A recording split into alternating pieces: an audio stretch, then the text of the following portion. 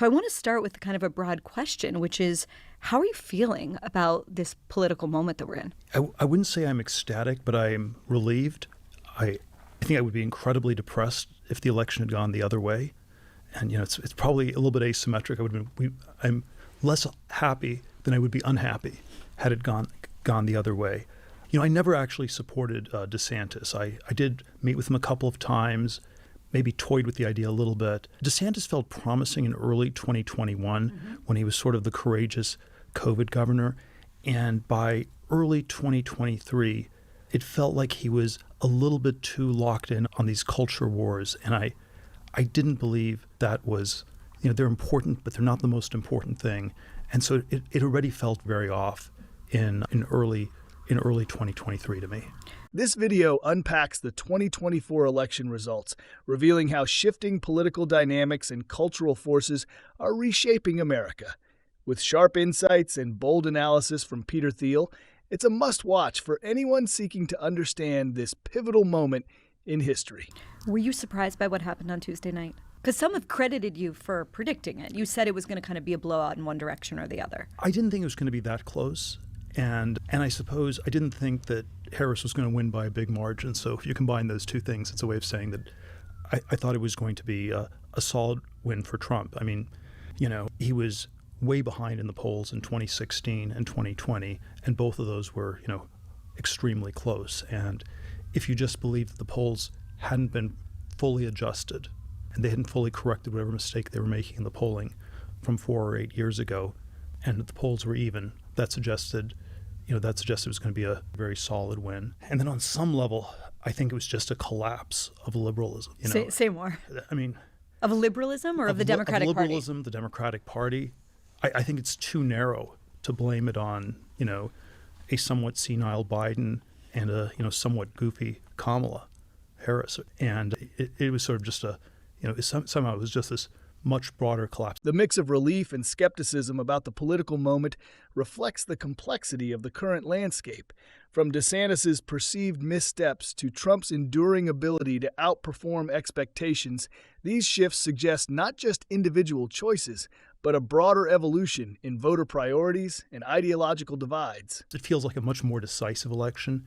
In a way you can say in 2016, Trump beat the Republicans, the Bush Republicans. And he sort of maybe lucked out or snuck by Hillary, and she didn't take him seriously at all.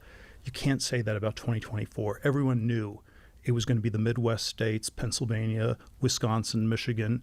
The Democrats gave it their all.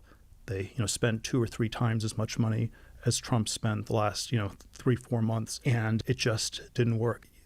Certainly the institutions tried to prosecute him criminally. They try to take him off the ballot. They try to stop him in every way possible. And so, unlike 2016, this time it was Trump against the Democrats. The Democrats gave it their all, and it just collapsed. One other dimension of it that's, so many different observations one can make, but one other dimension of it that I find striking is that if we talked about this in 2016, it would be, the Republicans are this party of white voters and old voters, but they're going to die. And eventually they'll be replaced by younger and more diverse Democrats. This was the whole demographics is destiny argument. And so for Trump to be able, and 8 years is actually a long time, and there are, a lot of Republican voters from 2016 who are not alive anymore. And so for Trump to be able to win in 2024 and by a much more significant margin, at least in the popular vote, than in 2016, it means you had to change the minds of millions of people. And you had to do something that, if you believe that demographics, destiny, or identity politics means that people cannot listen to reason, and it's all subject to these sub-rational factors like your race or your gender or your sexual orientation or something like this, then nobody would ever be able to change their mind. The 2024 election feels like a seismic shift, not just a continuation of old trends. But here's the big question. How did Trump not only survive, but thrive against the full weight of institutional opposition and a supposedly demographic inevitability? The answer may lie in his ability to defy expectations and connect with voters in ways that transcend traditional identity politics. You exploded the lie of identity politics that, your identity matters more than the argument or the case. And Trump made an argument. J.D. Vance made an argument. They made a strong case. And I think there was no argument on the Democratic side. It was free of substance, free of ideas. People say that Harris struggled in saying how she was different from Biden, how she was substantively different from Biden. But, that's too narrow a way of putting it. She had nothing to say of substance on anything. And so obviously if you have zero substance, then there's also zero substantive difference with Biden. I want to pick up on the idea of the Democratic Party, maybe even liberalism collapsed. It's, there's so many striking visuals of this campaign. But I think one of them is when you look at the murderer's row of celebrities and the pretty people that were lined up behind the Democratic ticket, whether it's literally everyone. It's Oprah, it's Beyonce, it's you name a Hollywood celebrity. There you go. And on the other side, yes, you had a few sort of dissidents from the elite like Elon Musk, but you had, podcasters, you had My Pillow guy, you had, not anyone that people would maybe choose if they were thinking about who to seek endorsements from that sort of curries popular favor. What does that say about where the culture is? The collapse of liberalism, paired with the ineffectiveness of star-studded endorsements, raises a fascinating question. Are voters tired of being told what to think by celebrities? Instead, could it be that they're seeking voices who reflect their concerns, even if they're unconventional or unlikely spokespeople? Yeah, look, these things are always very overdetermined, but I would say it tells us that celebrity isn't what it used to be. And celebrity used to have a certain mystique, and it has been somewhat deconstructed. And we think of a lot of the Hollywood celebrities, a lot of the, music celebrities as just these, left-wing ditto heads. And, they may be smart people. They're not allowed to articulate smart things. They're not allowed to be individuals. And, one of the striking thing is I don't think there is room for individual thought left on the left. And it's certainly not in Hollywood. And I think, Hollywood in the 1990s, it was liberal, but, behind closed doors, you could say very transgressive things. And you realize it was this liberal show you were putting on, and then there are parts of it you believed and parts of it that you could question. I don't think people are able to have conversations, even in small groups at dinners, behind closed doors in a liberal context. People are not allowed to think for themselves. Same thing for university professors. When I was at Stanford in the 80s, early 90s, it was overwhelmingly liberal, but you had a lot of thoughtful liberals. There was still such a thing as an eccentric university professor, and that's a species that's basically gone extinct. And then we can go down the list of institutions. There were elder statesman type figures, people who'd been in the government for a long time and were very thoughtful and had a good nuanced perspective. And there were all these ways this was more true on the left, on the Democratic side, on the liberal side, than the Republican side. The progressives thought of themselves as more elite and the smarter people. Is the erosion of individuality within traditionally liberal spaces the reason so many are turning away from these institutions? When even celebrities and professors become constrained by ideological conformity, where does that leave the room for true leadership, creativity, and meaningful innovation? But there's just no individuality left whatsoever. And then, the story of people like Elon or Tulsi Gabbard or RFK Jr., maybe yourself, is at some point this sort of straitjacket where you're just joining the Borg is not what you signed up when you started as liberals. I've known Elon since 2000, 24, almost 25 years. And, he was never doctrinaire, but for the first 20 years, he was left of center. Tesla was a clean energy, electric vehicle company. The Republicans were these people who didn't believe in climate change. And so it was sort of naturally much more comfortable in sort of deep blue Democratic California. And then at some point, Elon shifted, and it's overdetermined why he shifted or why you shifted or some of these other people did. I didn't shift, Peter. Everyone else moved. But everyone feels that way, of course. But I know these things are overdetermined, but I keep thinking part of it is just this sort of straitjacket is not what you all signed up for. This intellectual straitjacket where you're not allowed to have ideas. Even if you agree with 80%, it's never enough. You have to be 100%. And one of the other metaphors I've used is that, the left, the Democratic Party, it's like the empire. They're all imperial stormtroopers. And, we're the ragtag rebel alliance. And it's a uncomfortably diverse, heterogeneous group. And you have, a teenage Chewbacca and a Princess Leia type character, and then we have a autistic C-3PO policy wonk person, and it is it's a ragtag rebel alliance against the empire. I've thought a lot about, I don't know if you were into the Hunger Games in the same way you were into Star Wars, but like a lot of, to me, like the people that I know that either that were reliable Democrats and liberals who either sat out this election or voted Trump for the first time, did not do it because they liked Donald Trump. Most of them find him abhorrent. They did it because they wanted to give a middle finger to the Capitol, like in the Hunger Games analogy, because they felt the things you're describing. The shift of figures like Elon or Tulsi from comfortable liberal spaces to positions of opposition underscores the dangers of demanding total ideological conformity. The result is a vibrant, unconventional coalition that thrives on diversity of thought, however imperfectly aligned. And I think one of the things I'm thinking about in the aftermath of the election is, will the Democrats sort of double down on all of the narratives and the myths that have landed them in this place? You can watch it right now on MSNBC, where they're still talking about, they're somehow finding a way to look at Black voters going to the right, Latino men especially going to the right, and somehow it's still a story of misogyny and white supremacy. Or are they going to sort of spend their time in the wilderness regrouping in much of the way the Democrats did sort of after Carter's loss? And then, of course, you have Al Frum and James Carville, et cetera, building the Clinton machine. Yeah, that took 12 years. It did. It took a long time.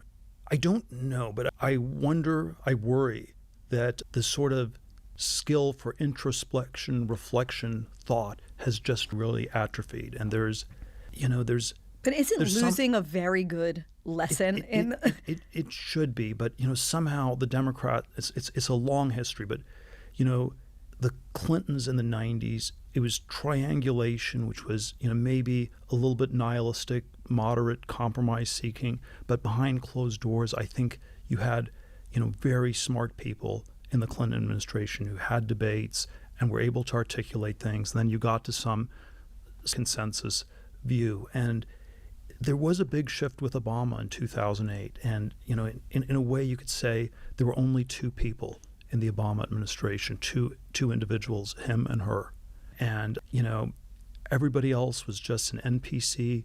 You were just going with the Borg, and you very quickly figured out what the consensus was, and then it was rigidly enforced, and it had a certain power, but then there were all these ways it went very wrong. And then the Obama legacy was that, you got Hillary Clinton in 2016.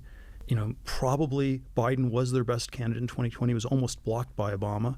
And then in 24, you ended up with Harris, who, was sort of pushed by Obama, both as VP and then for president this last summer. The Democrats' inability to reflect on their losses is a glaring problem. Instead of reevaluating their approach to voters, they cling to outdated narratives about white supremacy and misogyny. This lack of introspection is one of the reasons they're stuck in a cycle of defeat, much like after the Carter era. For my mom, who I know listens to this show, an NPC is a non-player character. It's sort of like a zombie. It's like a zombie. I think in 2020, everyone, maybe not everyone, but many people, even those who supported Trump, could tell themselves a story that his presidency was some kind of anomaly. Now I think with this overwhelming victory, historians are going to be telling themselves a very different story. Well, it was the 2020 was the fluke. Right. Explain that. Well, this is what seemed important to me about the 2024 election, because I think the Hollywood movie term is retconning, retroactive continuity. And it's like you have a popular character who dies in an avalanche, but the people want him back, and then we somehow find a way for him to survive and make it back, and then you come up with a way to make it continuous. And so we have to tell a story of what happened the last 8 years. And if Harris had won, the story would have been 2016 was a fluke, we can ignore it, and, liberalism's basically fine, and we can go back to this sort of somewhat brain dead but comfortable Obama consensus. And it seems to me that the straightforward, retroactively continuous story is that 2020 was the fluke. And it was one last time for this ancien regime with a, ancien president, Biden, to daughter over the finish line one last time. But it was not, it was not a sign of health at all. You were able to put it together. There were all these paradoxes. Maybe one of the crazy paradoxes of the diversity politics is that one of the lessons of the last three elections for Democrats is maybe they can only, and the logic of it would be that if you go with a diverse person, you always have to go with a specific category. Let's say Kamala Harris is a black woman, but maybe that doesn't mean that much for myself as a gay guy, or maybe it's alienating to Latinos or something like this. With the overwhelming victory in 2024, it becomes clear that 2020 was just a last-ditch effort by a faltering regime. Harris's potential victory would have perpetuated the idea that everything was fine, masking the deep flaws within the Democratic Party and its reliance on superficial diversity politics. And so as soon as you concretize this abstract idea of a diverse person into a specific person, you lose way more people than you get. I don't know, it's maybe 7% of our population are black women. And so, yeah, maybe Harris helps with 7%. But then isn't the logic of identity politics that it should hurt you with the other 93%? If you say you should vote for candidate X because candidate X shares your trait. But I think one of the interesting things about this election, unlike the Hillary Clinton election, which was all about sort of girl boss lean in, female empowerment, Kamala Harris, almost didn't talk about it. No, it obviously didn't work anymore.